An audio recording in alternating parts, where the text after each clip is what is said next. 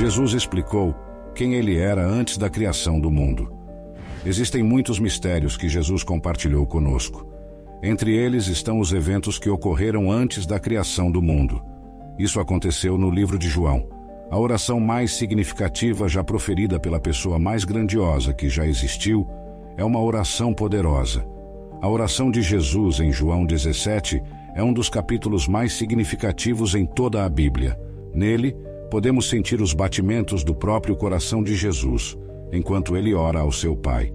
A Bíblia está repleta de grandes orações. Ficamos impressionados com a oração de Salomão, a oração de Abraão e a oração de Moisés. Mas esta oração é, de longe, a maior registrada na Bíblia. Jesus falou sobre a glória e majestade que ele compartilhou com Deus, o Pai, antes que o mundo existisse. João 17, versículo 1 a 5. Depois de Jesus ter dito essas coisas, ele levantou os olhos ao céu em oração e disse: Pai, chegou a hora. Glorifica teu Filho, para que teu Filho possa te glorificar, assim como lhe deste poder e autoridade sobre toda a humanidade. Agora, glorifica-o para que ele possa conceder vida eterna a todos aqueles que lhe deste, para serem dele permanentemente e para sempre. E a vida eterna é esta: conhecer-te, o único Deus verdadeiro e supremo, e da mesma maneira conhecer Jesus como o Cristo, aquele que tu enviaste. Eu te glorifiquei aqui na terra ao completar a obra que tu me deste para fazer. Agora, Pai, glorifica-me junto contigo, com a glória e majestade que eu tinha contigo antes de existir o mundo. Antes da criação da terra, havia Deus, e Deus tinha majestade com seu Filho. Gênesis contém numerosos começos, incluindo a criação do homem e outras criaturas. Mas fica claro que Deus não começa aqui. Deus estava presente no início da Bíblia, e está escrito que ele estava presente quando o universo foi criado. Antes da existência de nosso universo, deve ter havido algo ou alguém eterno, e a Bíblia deixa claro que essa pessoa é Deus. As Escrituras realmente nos mostram isso em vários versículos ao longo de sua narrativa. A Bíblia ensina que Deus é incriado e eterno em seu ser, ou seja, ele sempre existiu e sempre existirá. Em Gênesis, capítulo 1, o singular El é substituído pelo plural Elohim, que significa 3 ou mais deuses. Como resultado, a primeira frase na Bíblia, Gênesis, usa um substantivo no plural com um verbo no singular. Poderia-se argumentar que isso é gramaticalmente incorreto, mas teologicamente correto, implicando que Deus é 3 em 1. A oração genuína frequentemente revela o íntimo de uma pessoa. João 17 é uma oportunidade única para ver a natureza e o coração de Jesus. Nesta oração, Jesus abordará muitos dos temas desenvolvidos neste Evangelho: glória, glorificar, enviado, crer, mundo, amor. Jesus pede para ser glorificado. Pai, chegou a hora. Glorifica teu Filho, para que o teu Filho também possa te glorificar. Antes da hora de glorificação de Jesus ainda não tinha chegado. Agora chegou a hora. Jesus primeiro orou por si mesmo, mas sua súplica não era egoísta. Sua preocupação consigo mesmo era uma preocupação pela glória do Pai. O Filho só pode glorificar o Pai se o Pai primeiro responder à oração do Filho. Glorifica teu Filho. Jesus não esperou até sua obra na cruz para glorificar Deus, o Pai. Sua vida inteira glorificou Deus na terra. Jesus glorificou o Pai por toda a sua vida, desde sua circuncisão e dedicação no templo, passando por seus anos tranquilos de obediência em Nazaré. Jesus glorificou o Pai através de sua fé, obediência e trabalho, ao longo dos anos de seu ministério terreno. Cada sermão pregado, cada pessoa cega ou doente curada, cada instrução e treinamento para os discípulos, cada confronto com líderes religiosos corruptos, cada pergunta respondida, cada toque amoroso, tudo glorificou Deus, o Pai. Então lemos: eu terminei a obra. Jesus, com confiança e certeza divinas, viu a obra na cruz como já concluída. Jesus pediu ao Pai para glorificá-lo, mas com a mesma glória que o próprio Pai tem. A oração de Jesus, de forma alguma, foi uma expressão de independência, mas de completa e contínua dependência de Deus, o Pai. Inúmeras pessoas imploram por seu louvor e atenção. No entanto, o pedido deles por glorificação é muito diferente da oração de Jesus. Glorifica-me junto contigo. E a diferença normalmente reside entre dependência e independência.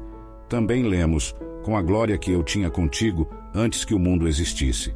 Jesus estava ciente de sua pré-existência e da natureza dela. Ele sabia que houve um momento na eternidade passada em que Deus, o Filho, e Deus o Pai compartilharam a glória. Jesus não poderia honesta ou sanamente orar isso se ele não fosse Yahvé ele mesmo, igual ao Deus, o Pai. Em Isaías capítulo 42, versículo 8, Yahvé proclamou que ele não compartilha sua glória com ninguém.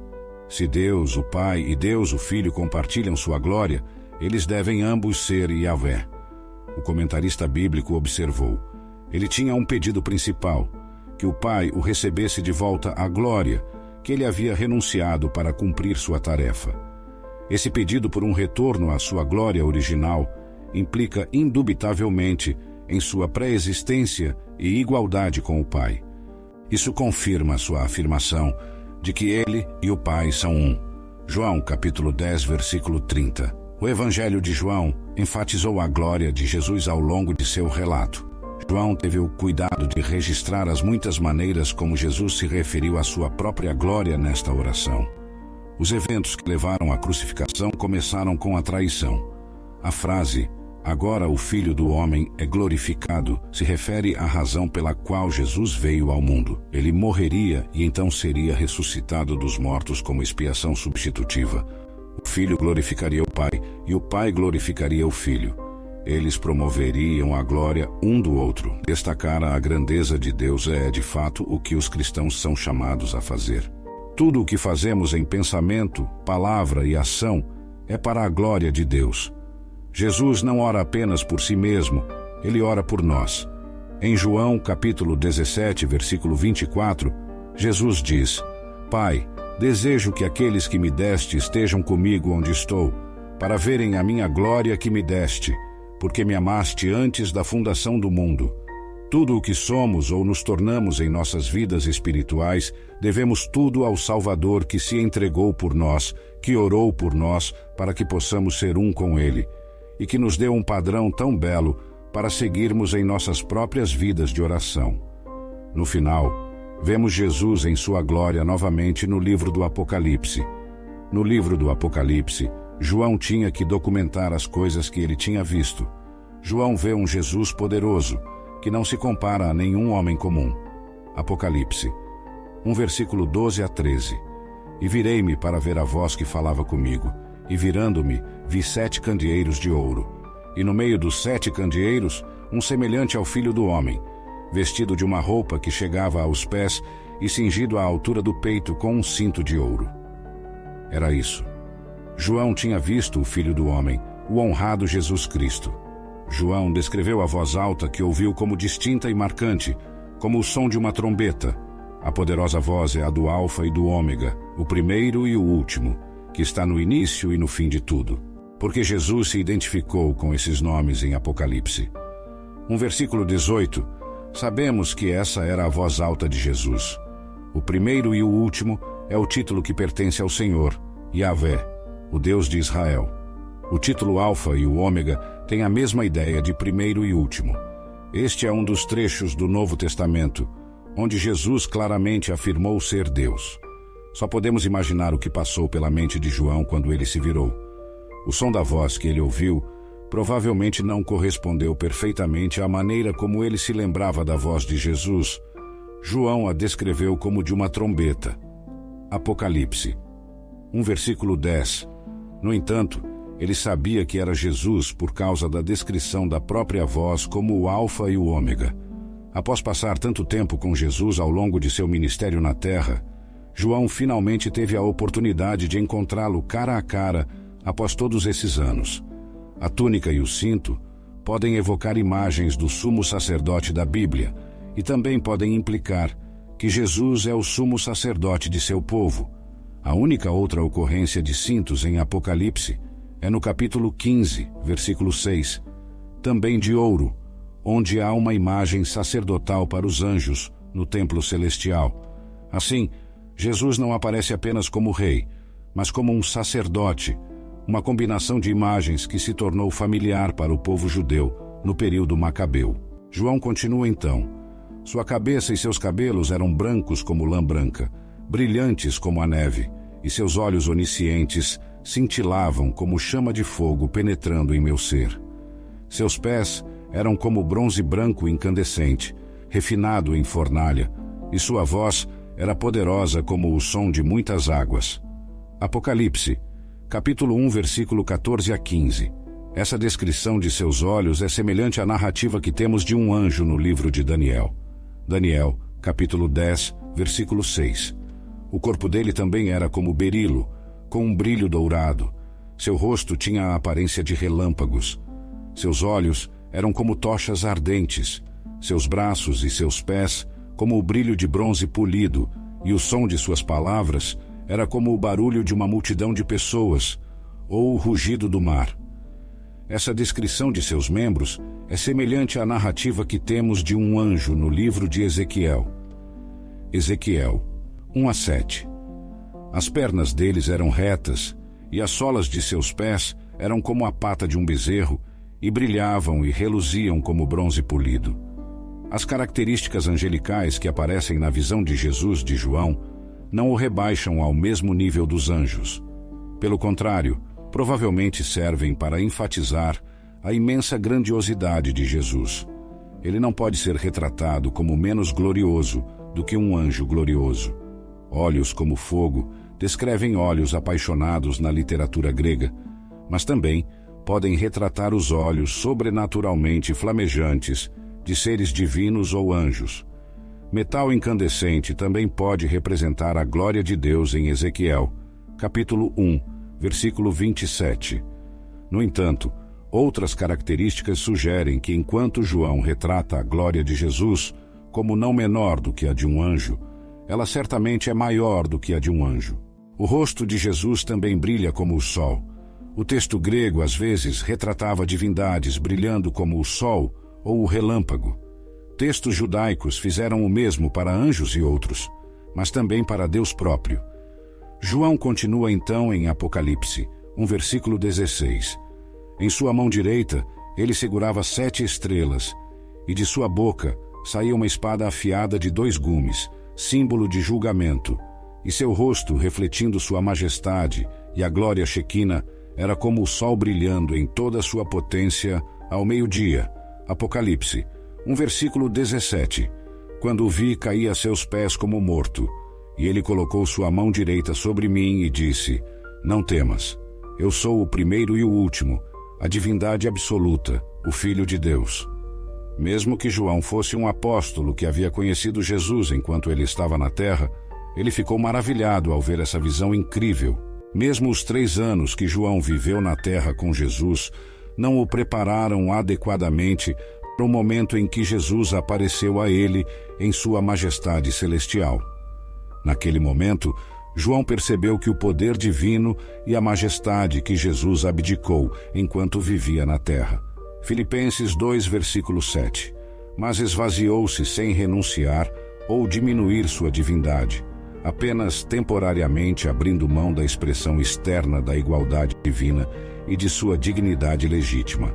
Assumindo a forma de um servo e sendo feito semelhante aos homens, ele se tornou completamente humano, mas sem pecado, sendo totalmente Deus e totalmente homem. Neste momento, João soube que era um milagre que Jesus pudesse ocultar sua glória e autoridade enquanto ele andava nesta terra. Apocalipse, versículo 18. E o vivente, o que vive eternamente e está acima de todo tempo e espaço, morri. Mas veja, estou vivo para sempre, e tenho as chaves do completo controle e vitória sobre a morte e sobre Hades, o reino dos mortos. Jesus é aquele que viveu e estava morto, e agora vive para sempre. Ele possui credenciais de ressurreição e vive para nunca mais morrer. A vitória que Jesus conquistou sobre o pecado e a morte foi eterna. Ele não ressurgiu dos mortos apenas para morrer novamente. Jesus é o único que possui as chaves do Hades e da morte. Alguns acreditam que o diabo tem a autoridade ou o poder de decidir quem vive e quem morre. Eles estão claramente enganados, porque somente Jesus possui as chaves do Hades e da morte. Em sua forma original, o Apocalipse era conhecido no antigo grego como Apocalipsis, Apocalipse. A palavra significa uma revelação e desvendamento. O livro do Apocalipse é uma revelação de Jesus Cristo, no sentido de que pertence a Ele. Ele é aquele que está revelando. Jesus é a pessoa sobre a qual o livro nos fala. Por que precisamos de uma revelação de Jesus? O grande erro de muitos professores é que Cristo é para eles um personagem no papel, certamente mais do que um mito, mas ainda assim uma pessoa do passado distante, uma figura histórica que viveu há muitos anos atrás e realizou feitos admiráveis pelos quais somos salvos, mas que estava longe de ser uma realidade viva, presente e brilhante. Spurgeon.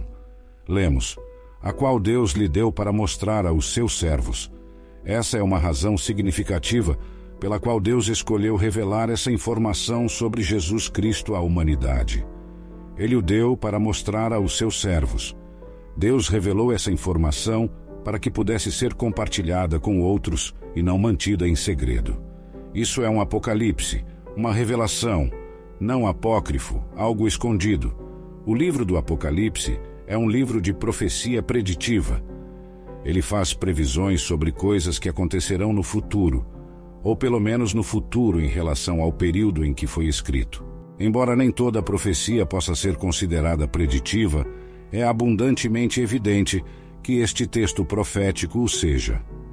Alguns diriam que não devemos nos preocupar com profecia, que é um exercício frívolo, mas se Deus se preocupou o suficiente para falar sobre isso, devemos nos preocupar o suficiente para ouvir. Alguns nos dizem que o que ainda está por vir não deve ser examinado até depois que tenha acontecido. Mal posso entender que isso seja dito seriamente. Cisse. Você busca prosperidade e plenitude em todas as áreas de sua vida? Quer aprender como a fé e a sabedoria bíblica podem transformar sua relação com o dinheiro e conduzi-lo a uma vida mais próspera? O livro Prosperidade com Deus encontrará um guia inspirador e prático para trilhar uma jornada rumo à verdadeira riqueza. Descubra como fortalecer sua fé em Deus e colocá-la em ação, alcançando contentamento, sucesso financeiro e uma vida abundante. Acesse o link nos comentários e mergulhe neste livro repleto de ensinamentos valiosos. Prepare-se para uma leitura transformadora que o guiará para uma vida de prosperidade com base em sua conexão com o Criador. Não perca essa oportunidade de descobrir o verdadeiro sentido da prosperidade.